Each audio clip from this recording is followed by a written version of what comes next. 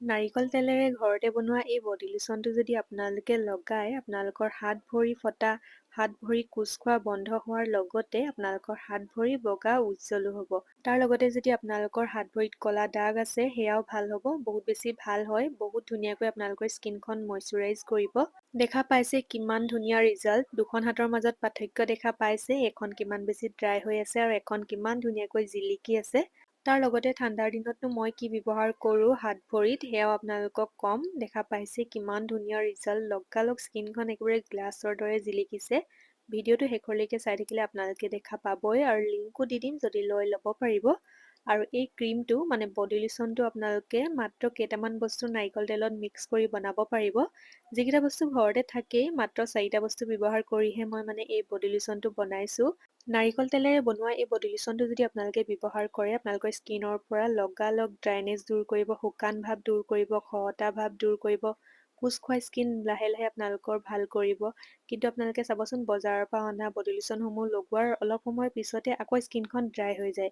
কিন্তু এই বডি লোচনটো লগোৱাৰ পিছত আপোনালোকৰ স্কিনখন মানে অলপ সময়ৰ পিছত কেতিয়াও ড্ৰাই নহয়। বহুত সময়লৈকে স্কিনখন আপোনালোকৰ মইশ্চাৰাইজ হৈ থাকিব, কাৰণ যিকেইটা বস্তু দিছোঁ সেইকেইটা বস্তুৱে আমাৰ স্কিনখনৰ পৰা শুকান ভাৱ দূৰ কৰে। আপোনালোকে দেখা পাবই মই কি কি ব্যৱহাৰ কৰিম। আৰু দেখা পাইছে দুখন হাতত কিমান বেছি পাৰ্থক্য, এখন হাত কিমান বেছি ড্ৰাই হৈ আছে, তাৰ লগতে এখন কিমান ধুনীয়াকৈ জিলিকি আছে। আৰু এই বডি লোচনটো আপোনালোকে এবাৰ বনাই বহুত দিনলৈকে ব্যৱহাৰ কৰিব পাৰিব। মানে এবাৰ বনাই সপ্তাহ দুসপ্তাহলৈকে আপোনালোকে ব্যৱহাৰ কৰি থাকিব পাৰিব। আৰু মই ডেইলি আপোনালোকৰ মাজলৈ স্কিন কেয়াৰ আৰু হেয়াৰ কেয়াৰ হোম ৰেমেডিসমূহ আনি থাকোঁ। যদি আপোনালোকে চাই থাকিব বিচাৰে মোৰ চেনেলটো ছাবস্ক্ৰাইব কৰি ল'ব।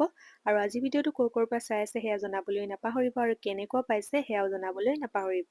আৰু বহুতে কমেণ্ট কৰি আছিলে ঠাণ্ডাৰ দিনত ব্যৱহাৰ কৰিবলৈ এটা ভাল বডি লোচনৰ নাম ক'বলৈ। মই কিন্তু বডি লোচন ব্যৱহাৰ নকৰোঁ। মই এই প্লামৰ অইলটোহে ব্যৱহাৰ কৰোঁ। এইটো যোৱা বছৰ শেষ কৰিলোঁ আৰু এইবাৰৰ কাৰণে এইটো অৰ্ডাৰ কৰিছোঁ আৰু ব্যৱহাৰ কৰি আছোঁ। এই অইলটো বহুত বেছি ভাল হয়। মই বডি লোচন ব্যৱহাৰ কৰি ইমান ভাল নাপাওঁ, কাৰণ অলপ সময়ৰ পিছত আকৌ স্কিনখন ড্ৰাইয়ে হৈ যায় আৰু ঠাণ্ডাৰ দিনততো অলপ এক্সট্ৰা কেয়াৰ লাগেই। কিন্তু এই অইলটো ব্যৱহাৰ কৰাৰ পিছত অলপ সময়ৰ পিছত অলপো ড্ৰাইনেছ নহয়, ইমানেই ধুনীয়াকৈ স্কিনখন মইশ্চাৰাইজ কৰে।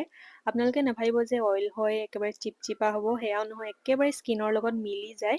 বহুত বেছি ভাল হয়। দেখা পাইছে লগোৱাৰ লগালগ কিমান স্কিনখন গ্লাছৰ দৰে জিলিকিছে। তাৰ লগতে স্কিনখন বগা উজ্জ্বলো হয়। যদি আপোনালোকে ৰেগুলাৰ ব্যৱহাৰ কৰি থাকে আপোনালোকে নিজে দেখা পাব ৰিজাল্ট। বহুত বেছি ভাল হয়। লিংক বাৰু মই ডেছক্ৰিপশ্যনতে দি দিম। দেখা পাইছে অলপো ড্ৰাইনেছ নাই আৰু অলপ সময়ৰ পিছত যে ড্ৰাই হৈ যাব সেয়া নহয়, এনেকেই থাকে। বহুত ভাল পাইছোঁ মানে, সেইটো কাৰণে মই মানে বছৰ বছৰ ধৰি এই অইলটোকে ব্যৱহাৰ কৰি আছোঁ।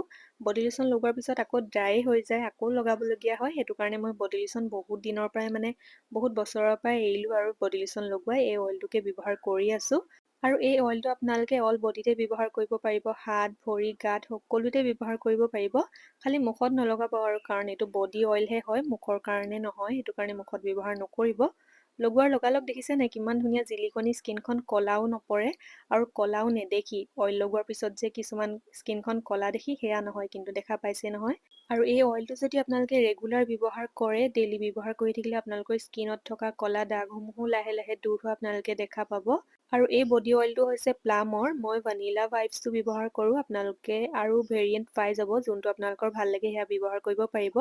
আৰু এই অইলটো কেমিকেলো ফ্ৰী হয়। প্লামৰ বস্তু যিসকলে ব্যৱহাৰ কৰে তেওঁলোকেতো জানেই আৰু ক'ব নালাগে ইমান।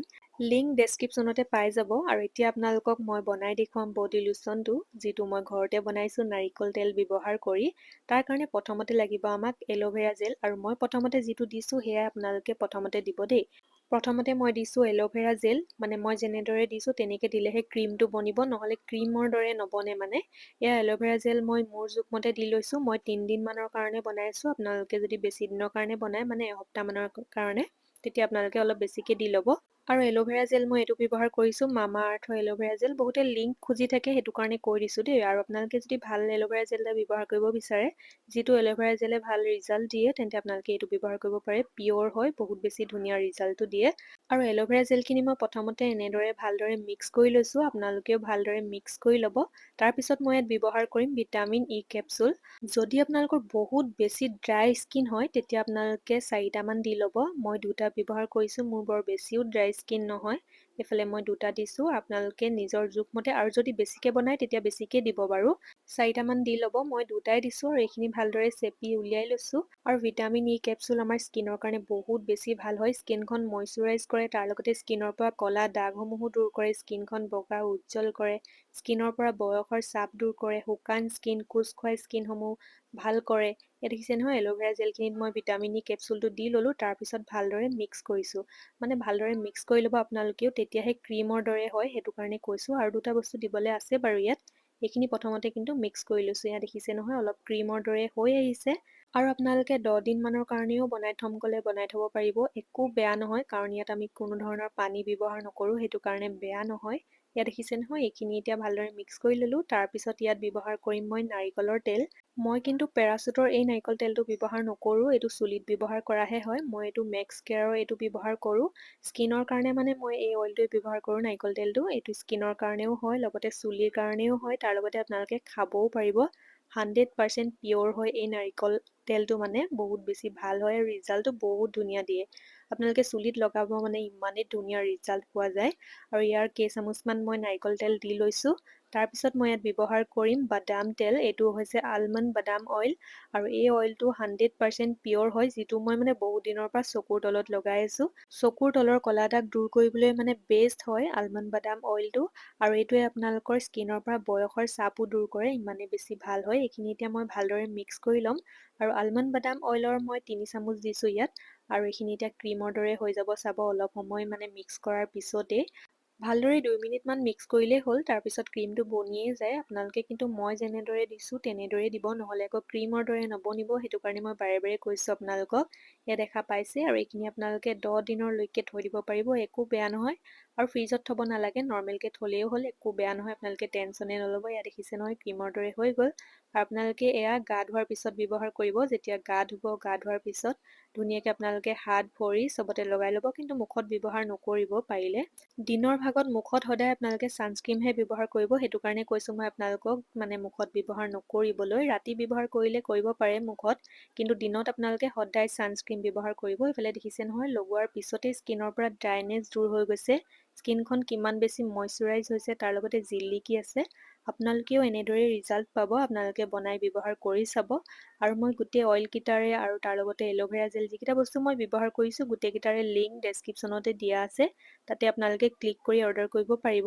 আৰু এই বডি লোচনটো আপোনালোকে ৰেগুলাৰ ব্যৱহাৰ কৰি থাকিলে আপোনালোকৰ স্কিনৰ পৰা ড্ৰাইনেছো দূৰ হ'ব, শুকান ভাবো দূৰ হ'ব, স্কিনৰ পৰা বয়সৰ ছাপো দূৰ হ'ব, তাৰ লগতে স্কিনখনৰ পৰা ক'লা দাগসমূহো দূৰ হ'ব। মাত্ৰ কেইদিনমান আপোনালোকে ব্যৱহাৰ কৰি চালেই হ'ল। মানে বডি লোচন ইভাগে কিনি আনি ব্যৱহাৰ কৰাতকৈ আপোনালোকে এইটো ঘৰতে বনাই ব্যৱহাৰ কৰিব পাৰিব। নাইবা মই ব্যৱহাৰ কৰা বডি অইলটো যদি আপোনালোকে ব্যৱহাৰ কৰিব বিচাৰে, মই লিংক দিয়ে দিছোঁ, তাতে ক্লিক কৰি অৰ্ডাৰ কৰিব পাৰিব। আজি ভিডিঅ'টো ইমানতে ৰাখিছোঁ, আশা কৰোঁ চাই সকলোৱে ভাল পালে। আকৌ লগ পাম এটা নতুন ভিডিঅ'ত, আজিলৈ আহিছোঁ দিয়ক, বাই।